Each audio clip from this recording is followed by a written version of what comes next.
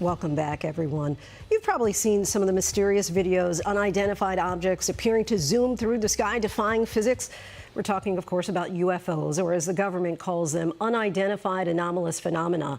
President Trump took office vowing radical transparency across the board, and that has UFO investigators hoping the government will be more forthcoming about any secret information related to potential non-human intelligence and advanced threats.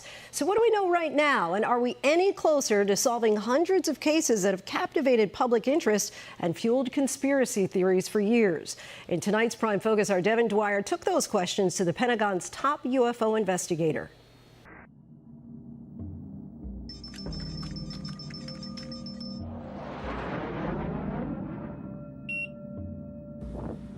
How will you know when you're looking at something that could be extraterrestrial life or non-human intelligence? I think it's going to require a lot more than the blurry videos that I have right now.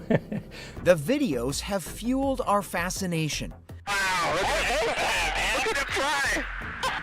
What many know as UFOs, the government calls unidentified anomalous phenomena, or UAPs. Oh my gosh, dude. Wow, look at it. More than 1,800 reviewed by the Pentagon since 2022. Objects like this one, a sign of life beyond Earth? Or could it be a cutting-edge technology developed by an adversary?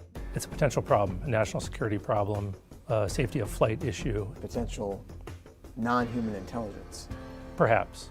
John Kozlowski is the top U.S. official tasked with investigating UAPs.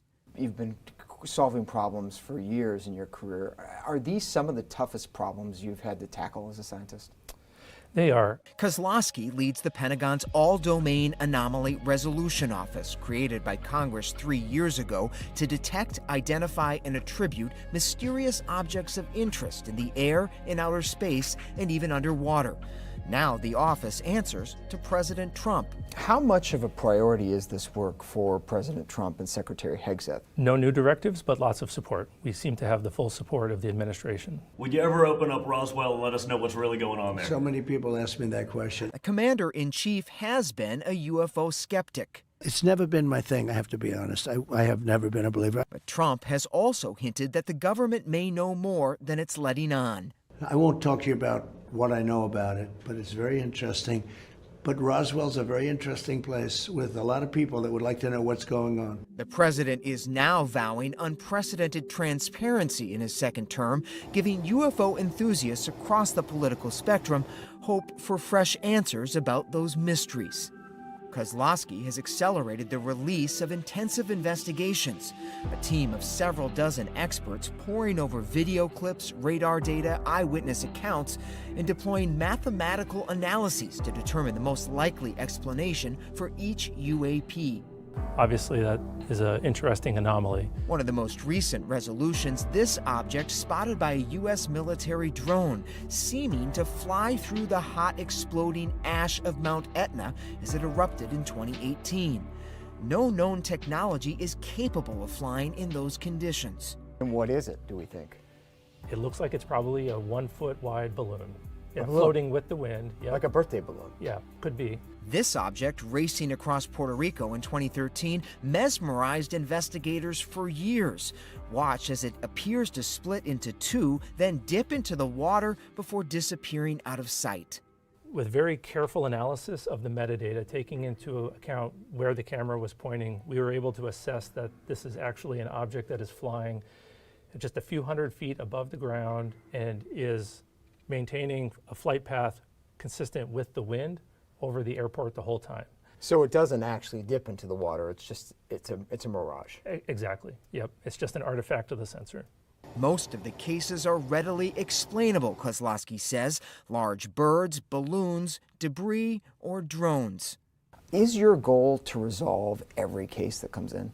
So our hope is to be able to triage them, identify those that have the best scientific data, the nexus with national security interests, and the true anomalies behind them, and focus our attention on those really anomalous cases. How many ballpark are in that category right now? It's several dozen, but it's a couple % of the overall. One unexplained anomaly is the so-called Tic Tac incident of 2004. Really no idea what that might be. Navy F-18 pilot David Fravor spotted the object off the California coast, seeming to move at impossible speeds. He spoke with ABC News in 2017. We're in a clockwise flow, going from 12 to 3, and it starts going from 6 to 9. And it's coming up, and we're going down. We start to cut across. It rapidly accelerates, climbs past our altitude, and disappears. That's the last we saw of it. Any progress? Not much. There's not a lot of scientific data available. Is there a procedure for making it public if you think you've actually found it? Non-human intelligence? So there's no precedence for that, obviously, but I think that we would take that up through the Secretary of Defense and allow him to make that decision. Critics of the Pentagon effort say it has been hobbled by staffing shortfalls, bogged down by bureaucratic confusion, and mired in excessive secrecy. Whistleblowers testifying before Congress have claimed the government is still hiding evidence of non-human intelligence. I was informed in the course of my official duties of a multi-decade UAP crash retrieval and reverse engineering program. Lawmakers from both parties have proposed legislation to force federal agencies to disclose more information, but Congress has yet to pass it.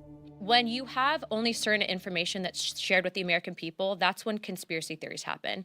And it's in my opinion that conspiracy theories can be detrimental. The issue is when we mix secrecy with a stigma, and that we create such a stigma around a phenomenon that it becomes difficult, if not impossible, for agencies, for academics, for people to look at the issue seriously. Mike Gold is a former associate NASA administrator who served on the agency's UAP independent study team.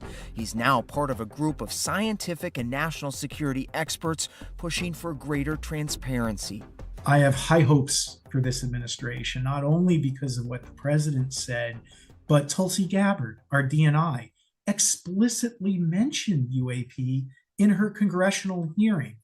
That helps push back against the stigma. Should the president, with the stroke of his pen, do what he did with the JFK files and declassify anything related to UAP?